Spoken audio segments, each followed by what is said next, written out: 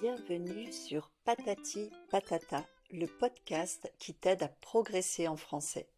Je m'appelle Nathalie, je suis professeure de français et je t'invite ici chaque lundi pour un nouvel épisode.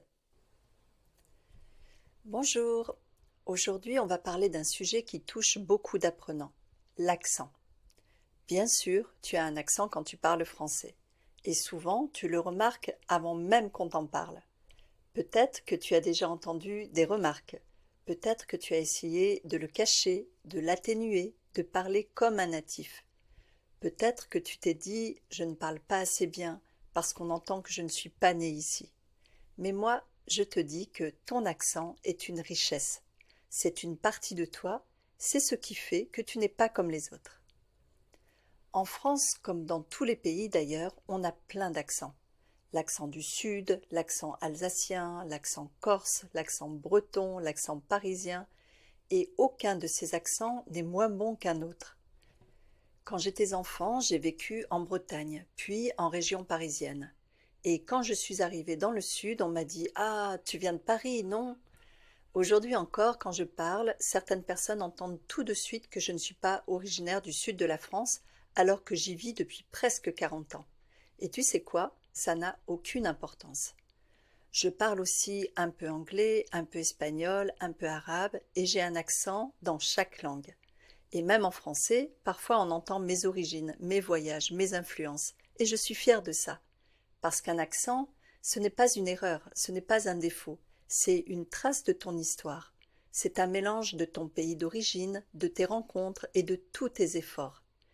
Tu sais, les personnes qui se moquent de ton accent ou qui te critiquent, souvent, ce sont celles qui ne parlent aucune autre langue. Elles ne savent pas ce que c'est de sortir de sa zone de confort, de faire des erreurs, de chercher ses mots. Alors franchement, ce qu'elles disent n'a aucune importance. Moi, je trouve ça courageux de parler une langue étrangère. Et ton accent, c'est la preuve que tu essaies.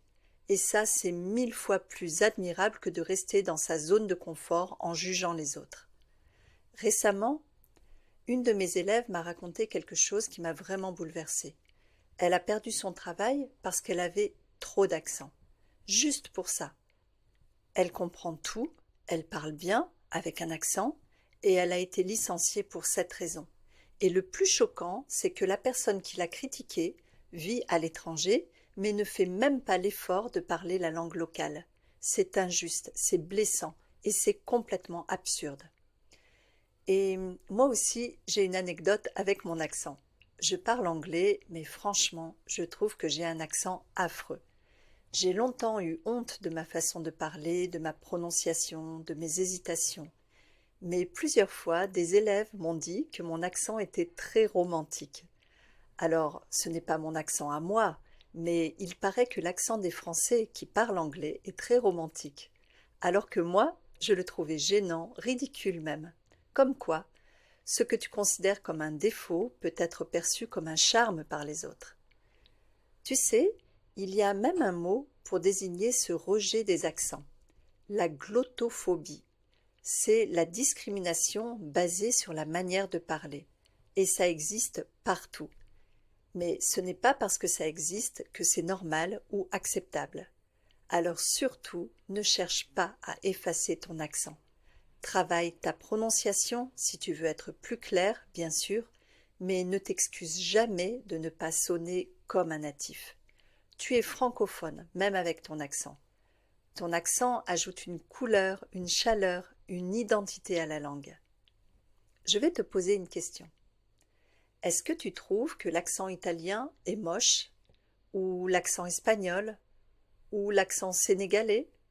Non, tu les trouves mignons, n'est-ce pas? Alors pourquoi le tien ne le serait pas? Ton accent, c'est ton histoire.